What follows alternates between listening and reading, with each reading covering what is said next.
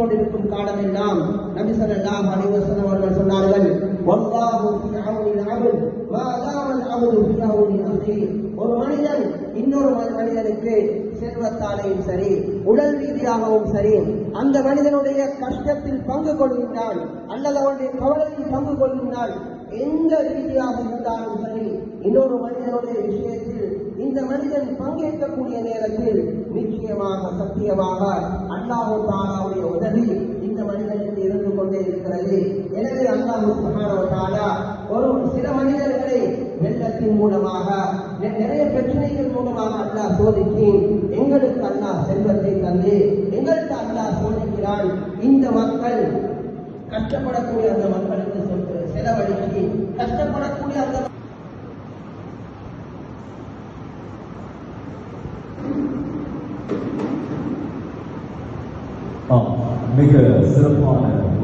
டிட்வா சூறாவளி அனர்த்தத்தினால் பாதிக்கப்பட்ட வெல்லம்பிட்டிய பிரதேச பொதுமக்களுக்காக கொகிலவத்த ஜும்மா மஸ்ஜித்தின் ஏற்பாட்டில் அனர்த்த காலத்தின் போது பல்வேறான உதவிகள் மேற்கொள்ளப்பட்டது. குறித்த அனர்த்தத்தின் போது 15 நிறுவனங்கள் மற்றும் தனிப்பட்டவர்களிடமிருந்து பெற்றுக்கொள்ளப்பட்ட உதவிப் பொருட்களின் அடிப்படையில் படகு சேவை மற்றும் வீடு துப்புரவு, உலருணவுப் பொருட்கள், பாடசாலை உபகரணங்கள் மற்றும் வீட்டு உபகரணங்கள் போன்றவற்றை பள்ளிவாசல் நிர்வாகத்தினர் வழங்கி வைத்தனர்.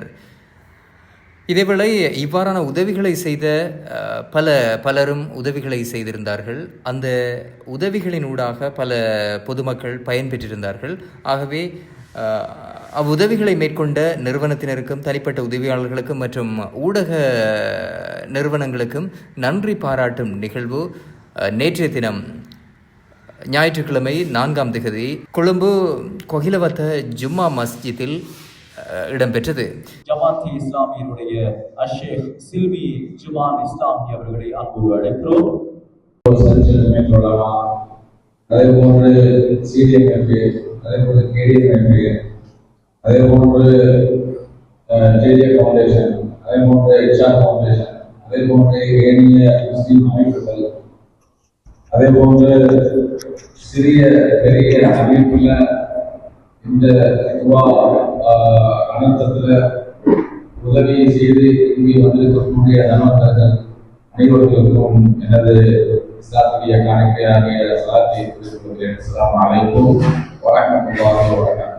2025 நவம்பர் மாதம் 28ஆம் தேதியிலிருந்து 2026 ஜனவரி மாதம் 4ஆம் தேதி வரைக்கும் நடந்த விடயங்களிலிருந்து என்ன பாடத்தை படிச்சுக் கொள்ளலாம், எனக்கு என்ன பாடம், இந்த ஒரு மாசம் 4 நாள், ஒரு மாசம் 6 நாளையில நாங்க பார்த்த சில விஷயங்கள்ல கற்ற பாடங்களை